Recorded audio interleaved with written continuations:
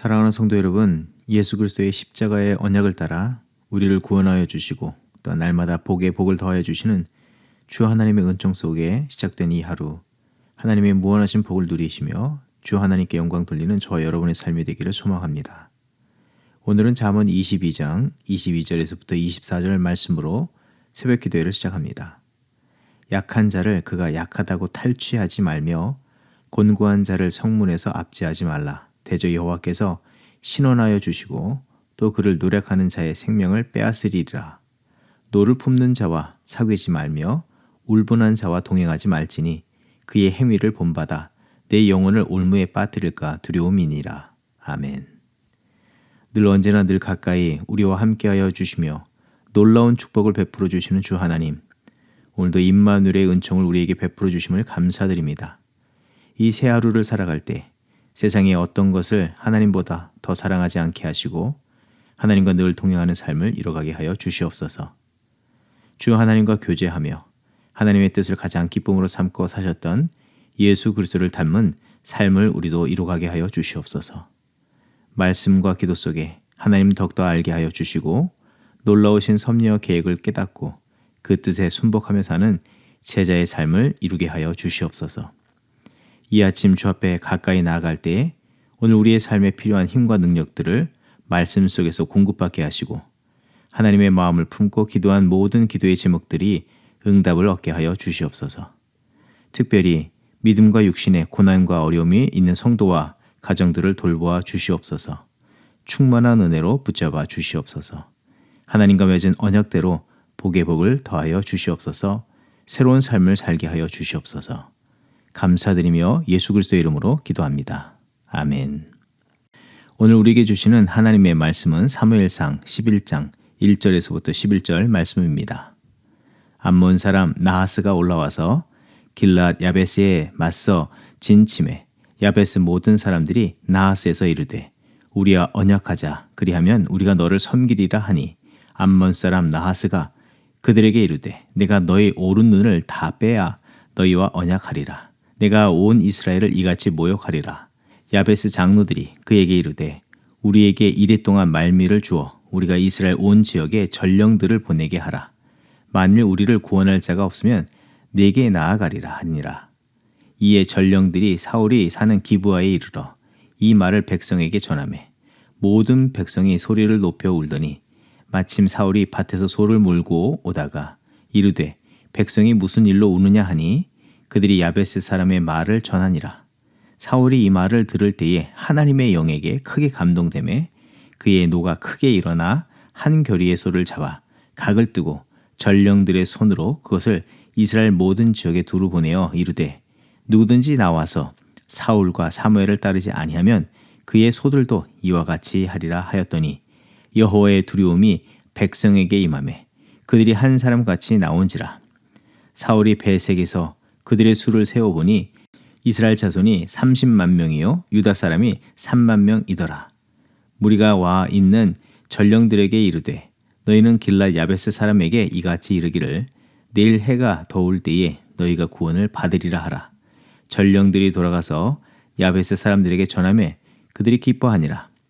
야베스 사람들이 이에 이르되 우리가 내일 너희에게 나아가리니 너희 생각에 좋을 대로 우리에게 다 행하라 하니라.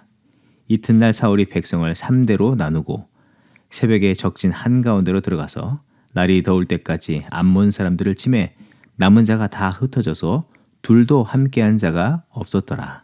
아멘. 이스라엘 백성들이 사울을 왕으로 삼은 이후에 얼마 되지 않아서 암몬이 길랏 땅이 자신들의 소유라고 주장하면서 전쟁을 벌여왔습니다. 이 암몬과의 전쟁은 과거에 이 사사기 11장에서도 전쟁이 있었는데 그때에도 암몬은 길랏 땅이 자신들의 소유라고 주장하면서 전쟁을 벌여왔습니다. 그때 당시에 사사는 입다였는데 하나님께서 이스라엘 백성을 가나안으로 인도하시고 그 땅을 주신 역사를 전하면서 그들의 잘못된 주장을 반박하였고 하나님의 판결과 도심을 구하였습니다. 그때 하나님의 영이 입다에게 임하여서 암몬을 물리쳤습니다. 그런데 다시금 암몬이 길랏 야베스 땅이 자신들의 소유라고 주장하면서 이스라엘을 또다시 공격해 온 것입니다. 이번 공격은 자기의 땅이라고 우기는 것을 넘어서 이스라엘 백성과 나라를 멸시하며 자신들을 섬기는 종이 될 것과 조공을 바쳐야 한다고 하였습니다. 이 소식을 듣게 된 사울은 분연히 일어나 암몬과 전쟁을 치르게 되었습니다. 그리고 전쟁의 결과는 사울 왕이 이끄는 이스라엘이 승리하였습니다. 이 암몬과의 전쟁과 이룬 승리는 사울이 왕이 된 후 공식적으로 그 직무를 수행한 첫 번째 일이며 사울에게서나 이스라엘 나라를 볼 때에 왕으로서의 위신과 지도력을 나타내고 열방의 이스라엘의 위상을 높이는 중요한 일이 되었습니다. 그런데 이것은 표면적으로 보여지는 결과일 뿐 하나님께서는 이 사건을 통해서 말씀하시는 본래적인 뜻이 있다 할 수 있습니다. 당시는 이 사사시대에서 왕정으로 넘어가는 시점에서 벌어진 이 전쟁인데 이 전쟁으로 인하여서 하나님께서 중요한 메시지를 전하고 있는데 그것은 무엇이겠습니까? 사사시대에 벌어졌던 전쟁에서 하나님은 분명하게 보여주신 것이 있습니다. 여호수아서 24장에 여호수아가 고별 설교에서 만일 너희가 여호와를 버리고 이방 신들을 섬기면 너에게 복을 내리신 후에라도 돌이켜 너희에게 재앙을 내리시고 너희를 멸하시리라. 여호와 하나님을 떠나면 여호와 하나님께서 그들의 재판관이 되셔서 징벌하시고 또 회개하고 여호와께로 돌아오면 하나님께서 그들을 구원하여 주시는 역사를 400년간 보여주셨습니다. 지금 벌어지는 암몬과의 전쟁도 이전의 사사들이 벌였던 전쟁과 크게 다르지 않다 할 수 있습니다. 그런 측면에서 사울이 왕이 되어서 첫 번째 치르는 전쟁도 동일한 뜻과 의미를 전해주고 있다 할 수 있습니다. 사울을 왕으로 세우나 여전히 통치자는 하나님이 되심을 알며 그 하나님의 인도하심에 겸손과 순종의 삶, 하나님과 연합한 거룩한 삶을 이룰 것을 다시금 말씀해 주시는 것입니다. 특별히 이제 새롭게 시작되는 왕정에서 하나님께서 그 백성에게 말씀하시고 가르치시는 바는 어떤 일보다도 하나님과 맺은 언약에 기초한 삶을 따라 살라는 메시지를 강력하게 전해주고 계시는 것입니다. 하나님과 맺은 언약에 기초하여 개인의 삶과 이스라엘 국가가 운영되어야 할 것을 말씀해 주시면서 혹 불순종과 타락으로 인해서 삶이 무너지고 나라가 힘을 잃어버리는 상황이 이르렀을지라도 이 원리를 따라서 다시 일어서고 시작할 때 하나님께서는 그 자리로부터 새로운 역사를 이루어 주실 것을 또한 약속해 주시는 것입니다. 창조 역사 이래로 영적 어둠에 갇히거나 또 그런 가운데 회복과 부흥, 새로움의 시작이 일어날 때 어디로부터 시작되었습니까? 어떤 특출난 사람이나 어떤 특별한 일을 통해서가 아니라 주의 영이 강권적으로 임하기를 겸손으로 사모하고 온 삶을 하나님과 하나님의 거룩한 뜻에 연합한 삶을 이루면서 구할 때에 그 백성들 각 사람과 그 삶 위에 새로운 역사, 이 부흥의 역사를 이루어 주셨습니다. 우리가 잘 아는 대로 초대교회의 성령의 역사, 부흥의 새 역사를 보십시오. 예수 그리스도를 십자가에 판 제자들이지만 사도행전 1장 4절 이하의 말씀, 분부하여 이르시되 예루살렘을 떠나지 말고 내게서 들은 바 아버지께서 약속하신 것을 기다리라. 사도행전 1장 8절의 말씀, 성령의 임재로부터 구원의 새 역사들이 진행되었습니다. 주의 영의 임재와 말씀에 순종하는 삶을 이룰 때 새로운 삶, 부흥을 경험케 하셨습니다. 이제 하나님께서는 베냐민 지파의 사울이라는 사람을 세우시면서 상징적으로 보여주시는 바는 하나님의 영의 임재하심과 사울을 비롯한 모든 백성이 하나님의 말씀에 순종하는 삶을 통해서 그 나라와 백성이 힘있게 다시 일어서는 모습을 보여주시는 것입니다. 그 중에 한 가지를 분명하게 말씀하시는 것은 하나님의 언약을 저버리지 않는 삶에 관해서 말씀해 주고 계십니다. 다시 말해서 하나님의 언약을 따라 하나님과 함께하는 삶을 살아야 함을 말씀해 주시고 계시는 것입니다. 오늘 본문에서 반복되어 등장하는 표현들 중에 하나는 누구의 짝이 되는가에 관한 것입니다. 1절 이 암몬 사람 나하스가 올라와서 겁박할 때에 길랏 야베스는 세상의 왕이 주는 두려움 앞에서 어떤 생각과 제안을 합니까? 그들과 새로운 언약을 맺자고 제안을 합니다. 하지만 그런 제안 앞에서 그들은 더욱더 심한 겁박을 당하지 않았습니까? 이것은 이스라엘 백성이 그동안 얼마나 하나님과의 언약을 소홀히 여기며 살아왔는지를 보여주면서 그 언약을 소홀히 한 만큼 세상과 짝하며 그리고 그 아래 굴복하며 살아왔음을 나타내 보여주는 것입니다.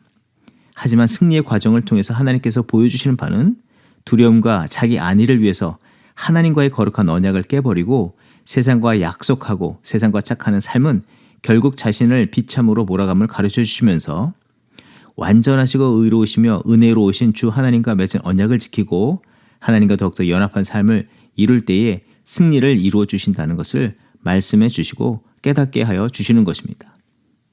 하나님께서는 하나님의 영이 임재하심과 주의 언약, 이 말씀을 신실하게 지키고 주 하나님과 동행하는 삶을 살기를 결단하는 자에게는 참된 회복과 평안, 승리의 삶을 이루어 주십니다. 하지만 하나님의 영의 임재를 구하지 않고 자기의 생각에 치우쳐 거룩한 언약을 떠나서 사는 삶은 결국 죄와 사망에 갇히게 되어 버리게 되는 것입니다.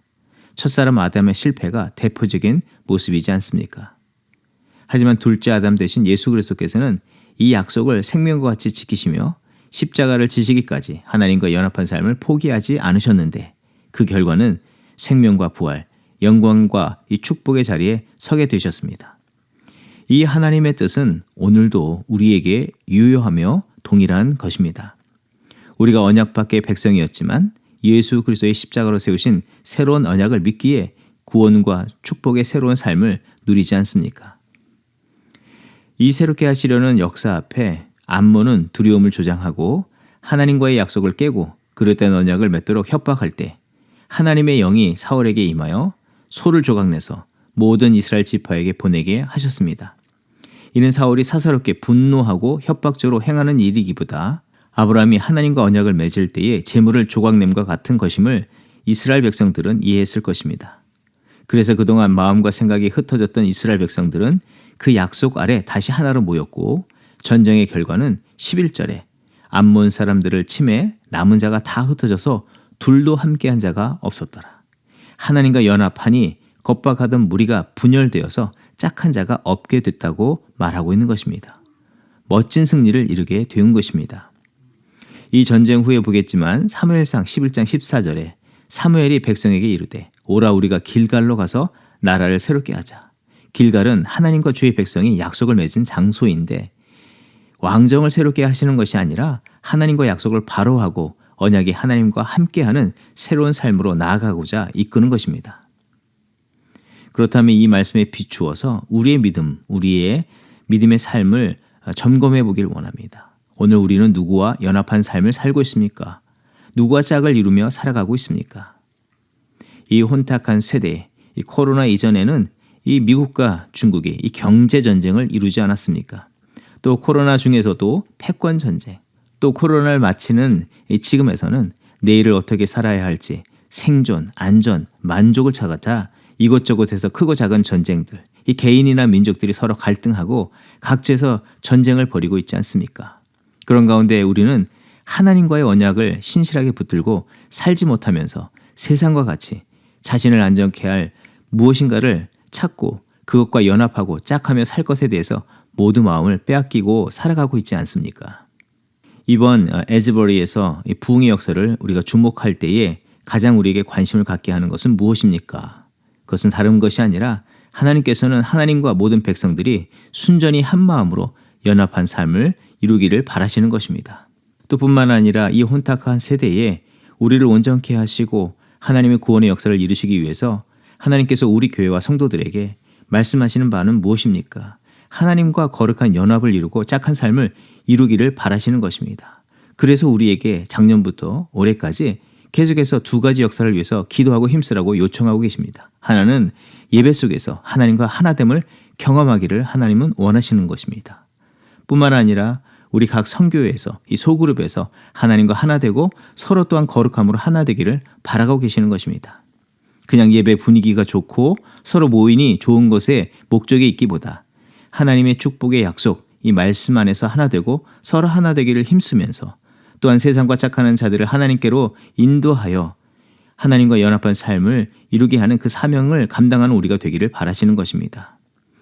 오늘 이 하나님의 말씀 속에서 더욱더 하나님을 왕으로 인정하며 하나님과 연합한 삶을 이루면서 하나님께서 주시는 그 축복과 또한 능력을 따라서 삶을 온전히 이루고 또 하나님의 영광을 나타내는 저와 여러분의 삶이 되기를 주의 이름으로 축원드립니다.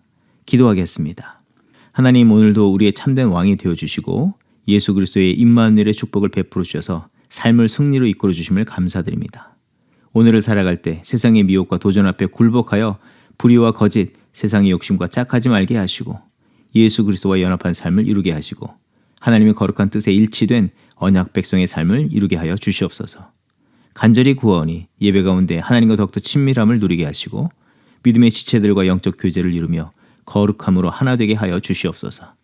그리하여 참된 능력과 변화를 이루고 주신 그 능력을 따라 세상과 짝하며 넘어진 자들을 주께로 인도하여 하나님과 연합된 복된 삶을 이루도록 돕는 우리들이 되게 하여 주시옵소서. 감사드리며 예수 그리스도 이름으로 기도합니다. 아멘. 이 시간 중보기도의 제목을 나누며 함께 기도하는 시간 갖습니다. 먼저는 사순절 기간 동안 하나님과 연합된 삶을 이루게 하여 주시고 온 교회가 하나님의 약속의 말씀과 기도의 시간을 통해서 예수님과 하나 된 삶을 더욱더 이뤄가게 하여 주시옵소서. 하나님 주시는 십자가의 능력으로 개인과 가정, 교회 공동체가 새롭게 변화되는 역사를 경험하게 하옵소서. 어린이 부서로부터 진행되는 성경 통독과 필사 가운데 성령의 임재와 영적인 성숙의 역사가 나타나게 하옵소서. 계속해서 기도할 때 미국과 대한민국을 위해서 기도합니다. 미국과 대한민국의 회개와 영적 각성을 허락하여 주시길 위해서 기도합니다. 국가의 지도자들로부터 영적 지도자들에게 하나님과 연합한 거룩한 삶을 이루게 하여 주시고 하나님께서 주시는 거룩한 지혜와 능력으로 나라와 백성, 열방을 섬기고 이끌게 하여 주시옵소서. 특별히 한반도의 복음 통일을 허락하여 주시길 위해서 기도할 때 하나님 자비와 공의를 베풀어 주시고 거룩한 사명을 회복하게 하옵소서. 북한 동포를 복음과 사랑으로 품게 하시고 주의 오시는 그날까지 열방을 위해서 복음 전도, 이 세계 선교에 헌신하는 나라가 되게 하여 주시옵소서. 합심으로 기도하겠습니다.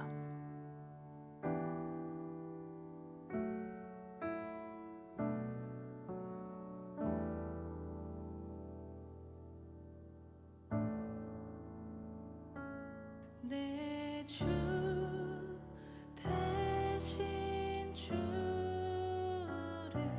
참 사랑하고 곧 그에게 죄를 다고 하리라. 그는 해를 주신 내 예수 시니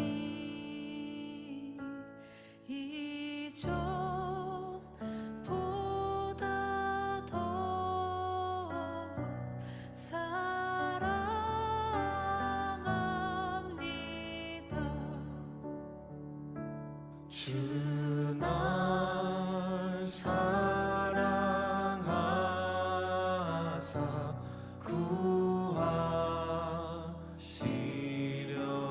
구하시려고 저 십자가 고난 당하셨도다. 그가 시관 쓰신 내 주 배우니